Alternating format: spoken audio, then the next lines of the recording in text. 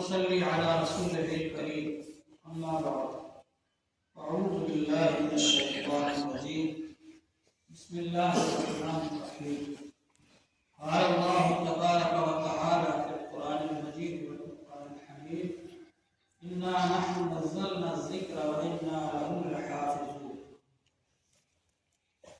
محترم حضرات، اساتذہ کرام اور عزیز طلباء، یہ ہمارے لیے بڑی خوش قسمتی کی بات ہے کہ ماشاءاللہ یہ بچے نے حفظ مکمل کر لیا. اللہ تعالیٰ اس کی عمر میں برکت عطا فرمائے اور عالم بننے کی بھی توفیق عطا فرمائے اور ہم سب کو اللہ تعالیٰ دین کی خدمات کے لیے قبول فرمائے. یہ قرآن پاک بہت بڑی نعمت ہے. اللہ جل شانہ نے فرمایا لو انزلنا هذا القرآن على جبل لرأيته خاشعا متصدعا من خشية الله. اگر ہم اس قرآن پاک کو پہاڑ پر نازل کر دیتے تو پہاڑ بھی اللہ کے خوف سے چکنا چور ہو جاتا، چورا چورا ہو جاتا، ریزہ ریزہ ہو جاتا. اللہ تعالیٰ کا اتنا بھاری بھرکم کلام تو اللہ تبارک و تعالیٰ نے یہ حضور پاک صلی اللہ علیہ وآلہ وسلم پر نازل فرمایا اور حضور پاک صلی اللہ علیہ وسلم اس کلام پاک کو پڑھتے تھے. اور ان علینا جمعہ وقرآن، قرآن کو جمع کرانے کی ذمہ داری ہماری، اس کو پڑھوانے کی ذمہ داری بھی ہماری. ثم ان علینا بیان، پھر اس کو بیان کرانے کی ذمہ داری بھی ہماری. تو یہ سب ذمہ داری اللہ تعالیٰ نے لے لی. پچھلی امتوں کے سپرد کر دیا تھا ان کی کتابوں کو تو انہوں نے اس میں رد و بدل کر دیا، لیکن قرآن پاک کی ذمہ داری اللہ تعالیٰ نے لے لی اور فرمایا انا نحن نزلنا الذکر وانا له لحافظون. ہم نے ہی قرآن پاک کو نازل کیا ہے اور ہم ہی اس کی حفاظت کرنے والے ہیں. تو اس کی حفاظت کی ذمہ داری بھی اللہ تعالیٰ نے لے لی. قرآن پاک کو حفظ کرنا یہ بہت بڑی نعمت ہے. اللہ تبارک و تعالیٰ نے اس کو آسان کر دیا. آپ دوسری کوئی کتاب کو رٹ لیں، اس کو یاد رکھنا چاہیں تو یاد نہیں کر سکتے، یاد نہیں رکھ سکتے. لیکن قرآن پاک ایسی چیز ہے کہ اس کے 30 پاروں کو بچے یاد کر لیتے ہیں، اپنے دل و دماغ میں محفوظ کر لیتے ہیں اس کو. یہ قرآن پاک کا معجزہ ہے. اللہ جل شانہ نے قرآن پاک کو لوح محفوظ میں لکھا. ایک ایک حرف اتنا بڑا ہے جیسے پہاڑ. اور قرآن پاک کو اللہ تعالی نے حضرت میکائیل علیہ السلام کی پیشانی پر لکھا حمائل کی شکل میں. آپ قرآن پاک کو حمائل کی شکل میں جیب میں رکھ لیتے ہیں. تو اسی طرح سے بچے پورا قرآن پاک کو اپنے دل دماغ میں محفوظ کر لیتے ہیں. یہ قرآن پاک کا معجزہ ہے. اللہ تعالیٰ نے یہ معجزہ اس لیے ظاہر فرمایا تاکہ لوگوں کو پتہ چل جائے کہ اس کی حفاظت کرنے والے اللہ تعالیٰ ہیں اور یہ قیامت تک محفوظ رہے گا. قیامت تک قرآن پاک میں کوئی رد و بدل نہیں ہوگا. لا تبدیل لکلمات اللہ، ایک حرف، ایک زبر، ایک زیر بدل نہیں سکتا. تراویح میں کھڑے ہو کر اگر کوئی حافظ ذرا سا غلط پڑھ دے پیچھے سے 10 آدمی لقمہ دیں گے کہ یہ غلطی کر رہے. معلوم ہوا کہ قرآن پاک کو اللہ نے محفوظ فرمایا اور قرآن پاک کو جو محفوظ کرے گا اللہ تعالیٰ اس کی حفاظت فرمائیں گے. ظاہر ہے کہ جب ذکر کی حفاظت کی ذمہ داری اللہ تعالیٰ نے لی ہے تو ذاکر کی حفاظت کی ذمہ داری بھی اللہ تعالیٰ نے لی ہے. تو قرآن پاک بھی محفوظ رہے گا اور اس کو پڑھنے پڑھانے والے بھی محفوظ رہیں گے. حضور پاک صلی اللہ علیہ وآلہ وسلم نے ارشاد فرمایا خیرکم من تعلم القرآن وعلمہ. تم میں سب سے بہتر وہ شخص ہے جو قرآن پاک کو سیکھے اور سکھائے. سب سے بہتر وہ لوگ ہیں. دنیا میں بہت سارے لوگ ہیں بہت سے کام کر رہے ہیں، لیکن ان سب سے بہتر وہ لوگ ہیں جو قرآن پاک کو سیکھتے ہیں، سکھاتے ہیں، پڑھتے ہیں، پڑھاتے ہیں. میں بچوں سے کہا کرتا ہوں کہ تمہارے محلے میں، گاؤں میں بہت سارے لوگ ہیں. اللہ تعالیٰ نے ان سب میں سے چھانٹ کر تم کو یہاں مدرسے میں جمع کر دیا قرآن پاک پڑھنے پڑھانے کے لیے. یہ اللہ تعالیٰ کی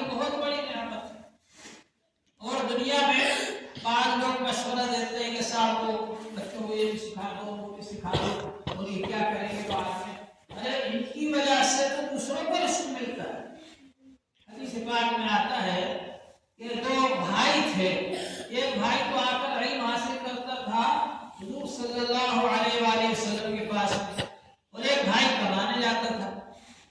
تو جو بھائی کمانے جاتا تھا اس کو خیال ہوا کہ میں تو کمانے جاتا ہوں اور یہ تو کچھ کام ہی نہیں کرتا، یہ تو جا کے مسجد میں بیٹھ جاتا ہے۔ تو اس نے آ کر شکایت کی حضور صلی اللہ علیہ وآلہ وسلم سے، یہ آپ کے پاس آگے بیٹھ جاتا ہے کمان پڑھنے کے لیے، آپ اس سے کہیں یہ میرے ساتھ جائے کمانے۔ تو حضور پاک صلی اللہ علیہ وآلہ وسلم نے فرمایا لعلک ترزق بہ، کہ تجھ کو بھی اس کی وجہ سے رزق ملتا ہے۔ وہ جو کمانے جا رہا ہے اس کو جو روزی مل رہی ہے اس کی وجہ سے مل رہی ہے، پڑھنے والے کی وجہ سے۔ کتنے ایسے لوگ ہیں دکانیں کھولے بیٹھے مکھی مارتے رہتے ہیں، کوئی گراہک ہی نہیں آتا۔ کتنے ایسے لوگ ہیں جو چاہتے ہیں اچھی نوکری مل جائے، نہیں ملتی۔ موجودہ زمانے کے اندر تو ہزاروں کی تعداد میں ڈگری لے کر کے لوگ گھوم رہے ہیں، ان کو نوکری نہیں مل رہی۔ لیکن قرآن پاک ایسی چیز ہے کہ اللہ تبارک و تعالی قرآن پاک کی برکت سے دنیا میں بھی عطا فرماتا ہے اور آخرت میں بھی عطا فرماتا ہے۔ اور کمانا اور محنت کرنا ایک الگ کام ہے، دعا کرنا کتنی اچھی عبادت ہے۔ حضور صلی اللہ علیہ وآلہ وسلم نے فرمایا دعا مخل عبادت، دعا عبادت کا مرض ہے۔ لیکن دعا کے بارے میں اللہ تعالیٰ نے فرمایا جو شخص قرآن پاک پڑھنے میں مشغول رہا اور وہ اللہ کا ذکر نہیں کر سکا اور دعا نہیں کر سکا، جتنا میں دعا مانگنے والوں کو دوں گا اس سے زیادہ اس کو دوں گا جو قرآن پاک پڑھنے میں مشغول رہا اور اس کو دعا کرنے کی بھی فرصت نہیں ملی۔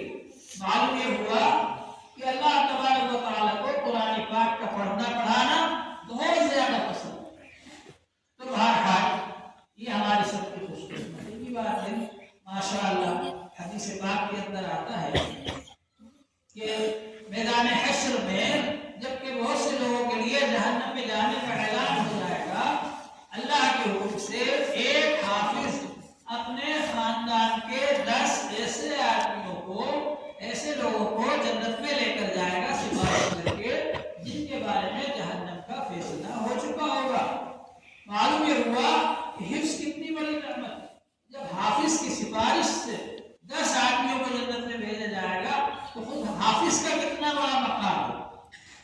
اور حافظ کے والدین کو اللہ تعالیٰ قیامت کے دن ایسا تاج پہنائیں گے جس کی روشنی سورج کی روشنی سے زیادہ ہوگی، تو حافظ کا کتنا بڑا مقام ہوگا پھر۔ تو اللہ تبارک و تعالیٰ نے یہ بڑا مقام عطا فرمایا۔ اب ہمارا یہ کوشش ہونا چاہیے کہ یہ جو اللہ کی نعمت ہے باقی رہے، یہ ضائع نہ ہو جائے ہمارے پاس۔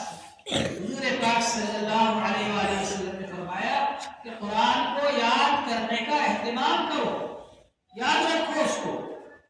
حافظ ہو جانا آسان، لیکن حفظ کو یاد رکھنا یہ بہت مشکل ہے۔ بہت سے لوگ حافظ ہونے کے بعد دوسرے کام میں لگ جاتے ہیں، بھول بھال جاتے ہیں۔ تو حافظ ہو جانا آسان ہے، حفظ کو یاد رکھنا بہت مشکل ہے۔ اس لیے ابھی جو رشتہ قائم ہو گیا ہے، تعلق قائم ہو گیا قرآن پاک کے ساتھ، اس کو باقی رکھنا، قرآن پاک کو ہمیشہ پڑھتے رہنا اور اس کو یاد رکھنا یہ بہت زیادہ ضروری ہے۔ حضور پاک صلی اللہ علیہ وآلہ وسلم نے فرمایا تعاہدوا القرآن، قرآن کو یاد کرنے کا اہتمام کرو، فإنه أشد تفصيلا، یہ بہت زیادہ چھوٹ کر نکل جانے والا ہے۔ جس طرح سے کہ سواری کا جانور اونٹ اپنے جس رسی سے اس کو باندھا جاتا ہے اس سے چھوٹ کر کے بھاگ جاتا ہے، بھاگنے میں جلدی کرتا ہے، اس سے بھی زیادہ جلدی قرآن انسان کے دماغ میں سے نکل جاتا ہے۔ تو اگر قرآن پاک کو آپ نے یاد رکھنے کا اہتمام نہیں کیا تو یہ قرآن پاک بھی نکل جائے گا دماغ میں سے۔ اس لیے اس کو یاد کرتے رہو، یاد کرتے رہو، ہمیشہ اس کو پڑھتے رہو۔ حافظ ہونے کے بعد بھی 3 پارے کم سے کم روزانہ پڑھتے رہو تو انشاءاللہ وہ یاد رہے گا۔ بعض حضرات تو کہتے ہیں کہ ایک منزل روز پڑھو 7 پارے، اگر 7 پارے نہ پڑھو تو 3 پارے تو پڑھو۔ اور ہمارے حضرت مفتی محمد صاحب رحمۃ اللہ علیہ فرماتے تھے کہ قرآن پاک یاد رکھنے کا آسان طریقہ یہ ہے کہ 1 پارہ اچھا پکا یاد کرو روز،